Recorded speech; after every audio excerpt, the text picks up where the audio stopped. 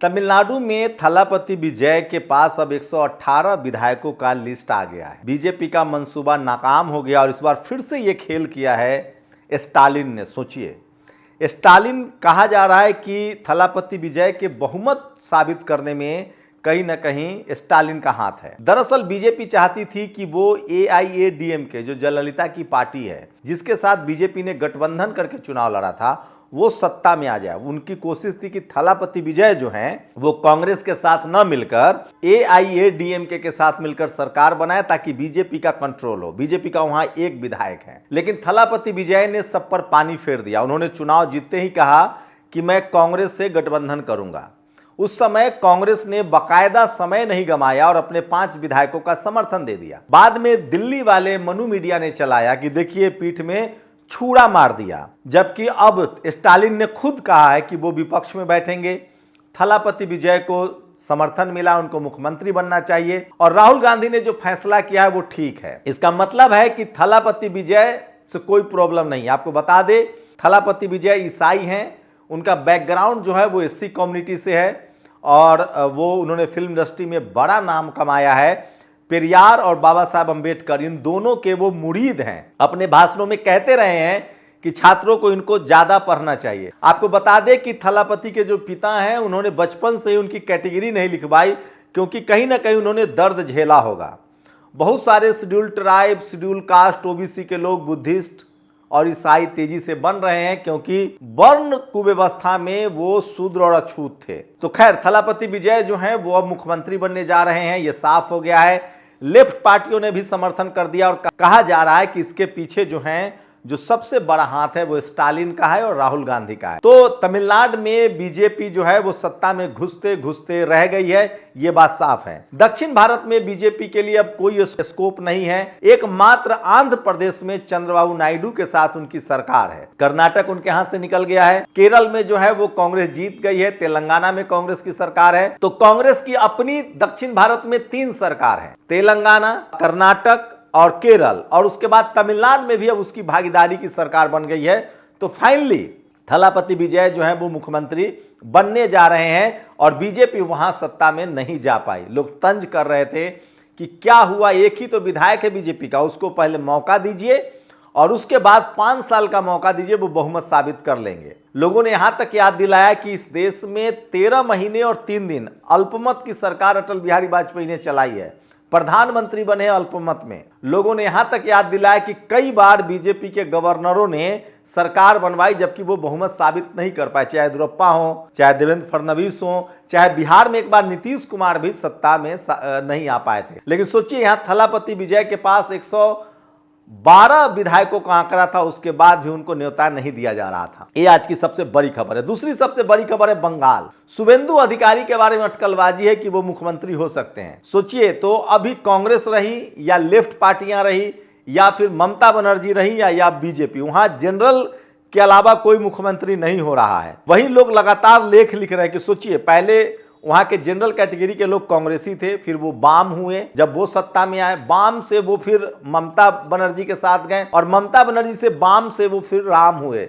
लोग ये तंज कर रहे हैं कि वहां वाम वाले जो समर्थक थे, वाम की जो विचारधारा थी जिसमें जनरल कैटेगरी के लोगों ने वहां राज किया, वो बीजेपी के ताकत में आते हुए जय श्री राम के नारे में शामिल हो गए। तो लोग लिख रहे हैं कि इस देश में या तो सोशल जस्टिस, सामाजिक न्याय की जो विचारधारा है वो ज्यादा मजबूत है, उसके लोग कभी बदलते नहीं है। जैसे आप थलापति विजय को देख लीजिए, वो पेरियार और अम्बेडकर साहब से प्रभावित हैं, वो बीजेपी के साथ नहीं गए। लेकिन वाम दलों के जो तमाम जनरल कैटेगरी के नेता हैं वो आराम से, चाहे केरल हो या पश्चिम बंगाल हो, वो स्विच कर जाते हैं बीजेपी के साथ। आप देखेंगे कि ज्यादातर जो जनरल कैटेगरी के नेता है वो कांग्रेस हो, लेफ्ट हो, तमाम दलों से बीजेपी में चले गए हैं। तो इसीलिए कहा जाता है कि बीजेपी जो है उनके पास जनरल कैटेगरी का जो सपोर्ट है वो सबसे ज्यादा है। तो बंगाल में शुभेंदु अधिकारी मुख्यमंत्री बनाए जा सकते हैं। और इसी बीच में फिर कह रहा हूं, शुभेंदु अधिकारी को लेकर कई खबरें हैं। अब तक उनके, अभी हाल ही में उनके पीए की हत्या हुई थी चंद्रनाथ रथ की। इससे पहले भी 3 उनके करीबी लोग मारे गए हैं। एक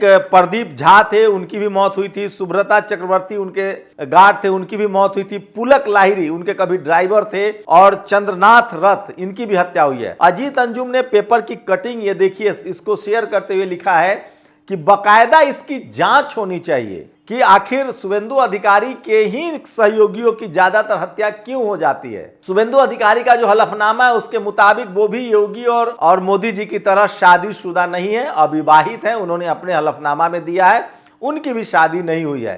तो अगर शुभेंदु अधिकारी मुख्यमंत्री बनते हैं तो एक और अविवाहित शख्स जो है वो राजनीति के क्षितिज पर होगा। और शुभेंदु अधिकारी को माना जाता है कि वो आरएसएस के पोस्टर बॉय हैं। पहले वो कांग्रेस में थे, वो भी जनरल कैटेगरी से आते हैं, ब्राह्मण समाज से आते हैं, इस तरह की जानकारी सामने आ रही है। पहले वो कांग्रेस में थे, कांग्रेस से जब ममता सत्ता में आई तो ममता के साथ आए और उसके बाद अब वो बीजेपी के साथ है। तो देखिए वहां मुख्यमंत्री कौन बनता है। कयास लगाया जा रहा था कि वहां SC/ST सीटें ज्यादा जीती है बीजेपी ने, ओबीसी का मुख्यमंत्री हो सकता है, कोई मंडल महतो अधिकारी या विश्वास को मुख्यमंत्री बनाया जा सकता है। तो धीरे धीरे ही सही, अगर बीजेपी आएगी तो सोशल जस्टिस सामाजिक न्याय की मांग तेज होगी, क्योंकि जैसे ही बीजेपी की सरकार आएगी तमाम यूनिवर्सिटी, जुडिशियरी, ब्यूरोक्रेसी में नौकरियों पर पाबंदी लगनी शुरू हो जाती है। ये हम लोगों ने बीजेपी शासित राज्यों में देखा है NFS के मुद्दे पर। आज बिहार में नौकरी की बात चली तो मैं बता दूं, लाठीचार्ज हुआ, वहां भर्ती की मांग हो रही थी, जमकर लाठीचार्ज हुआ। तेजस्वी यादव ने प्रेस कॉन्फ्रेंस भी की है, लोग तंज कर रहे हैं कि 10,000 रुपए भी लोगे और नौकरी भी लोगे। वहीं चंद्रशेखर आजाद लगातार यूपी में जो है वो जन आंदोलन चला रहे हैं, उनकी तस्वीरें वायरल हो रही है। उन्होंने बाकायदा चुनाव अभियान भी शुरू कर दिया है और लगातार सोशल जस्टिस सामाजिक न्याय की बात कर रहे हैं। बड़ी भीड़ जुट रही है उनकी। चंद्रशेखर आजाद की ये तस्वीरें ज्यादातर ताजा रैलियों में रिलीज हुई है। तो मेरी कोशिश होती है कि वो तमाम खबरें जो टीवी अखबार आपको नहीं दिखाता है वहां तक पहुंचा जाए और वहां तक आपको लाया जाए। तो चंद्रशेखर आजाद विदेश से दौरे लौटने के बाद वो लगातार फिर से सक्रिय हो गए हैं और यूपी में लोगों की नजर है कि क्या अगला थलापति विजय साबित होंगे चंद्रशेखर। बहुजन समाज के लिए इतना आसान नहीं होता है, लेकिन थलापति जो है वो सक्सेस हुए हैं, ये सबसे बड़ा एक मिरेकल है, राजनीति में ये बड़ा मिरेकल है। वही एक खबर और जो सबसे ज्यादा वायरल है, वेदांता के ये जो साहब हैं, इन्होंने भी अडानी पर आरोप लगाया था कि ये हमारी कंपनी को हाईजेक करना चाहते हैं। बिहार के बड़े बिजनेसमैन है, अब लंदन में रहते हैं, इन पर अब तो FIR भी हो गया है। वही अनिल अंबानी ने बड़ा आरोप लगाया है कि अडानी जो है उनका जो चैनल है उसको नोटिस भी दिया गया कि 72 लेख लिखे हैं। और अनिल अंबानी ने आरोप लगाया है कि अडानी साहब जो है वो उनकी कंपनियों पर नजर है और उस पर कब्जा करना चाहते हैं और इसीलिए उसके खिलाफ लेख लिखवाया जा रहा है। तो सोचिए, अडानी से अनिल अंबानी सुरक्षित नहीं है, वेदांता ग्रुप सुरक्षित नहीं है, इस तरह के आरोप लग रहे हैं। तमाम जो जानकार कहते हैं कि मुकेश अंबानी, अडानी हो, ये दोनों सरकार के बहुत करीबी हैं।